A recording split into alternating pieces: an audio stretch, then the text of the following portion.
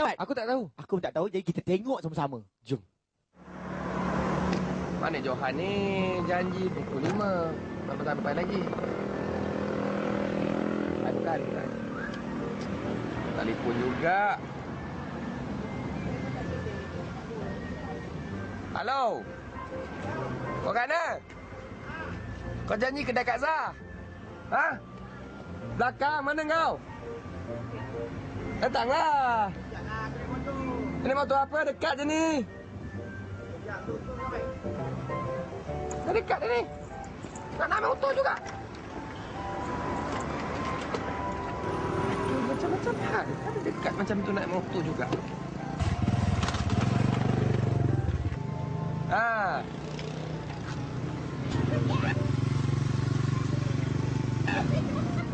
Woi, sini. Ni apa gila ni ni?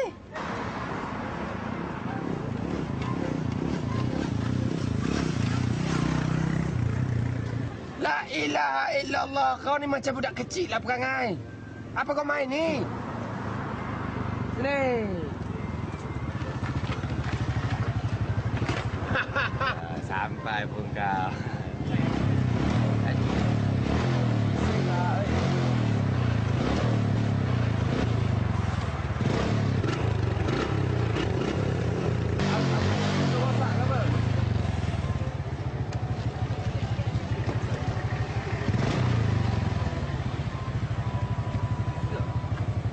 Duduklah, oi. Alamak. Macam kau pakai superbike ke? Apa yang macam? Ha? Apa yang macam? Kau tu macam-macam kau tahu tak? Aku telefon kau, aku tanya kau kat mana? Kat belakang ni je. Lepas tu bila kat belakang nak naik motor pula, amboi belagak. Kalau motor tu macam kereta Mercedes tak apa. Masalah ke sana. Ke sana pula. Ke sana pula. Ke sana pula. Lepas tu U-turn datang sini balik. Ni kau pasal apa ni kau ni? Ha? Buat back ke apa? Lepas tu dah berhenti pula. Main peras-peras minyak pula. Kalau kau pakai superbike aku tak marah lah. Ni macam motorbot. Apa benda ni? Bilang kau tak faham. Matikan enjin lah. Sabar. Aku matikan. Sabar nanti. Itulah kau tak tahu cerita. Apa? Kau tak baca surat khabar ke? Aku tak main lah. Internet lah weh. Ha. Canggih. Takkan internet pun tak bagi tahu. Bagi tahu apa? Bagi tahu supaya bawa motor macam kau bawa ni. Come on lah. Bukan itu maksud aku. Maksud aku, kau tak tahu baru-baru ni harga minyak dah turun. Kakak minyak motor aku apalah sangat. Patutlah kau. Aku Bram. Kakak minyak apalah sangat minyak motor gua ni, babe.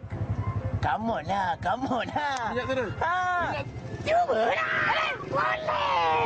Alah kamu ni. Main. Jangan ada siapa-siapa lagi nak perang ni. Main. Woi. Duduk sini. Dia ada cara nak perah dia. Tengok cara dia. Lepas, nampak? Yeah. Cakap minyak motor apalah sangat. Kak, nasi minyak petrol satu. Yes. Nasi minyak petrol. Apa minyak turun? Minyak yang turun. Minyak lebih, Kak. Minyak lebih. Minyak lebih. Minyak lebih.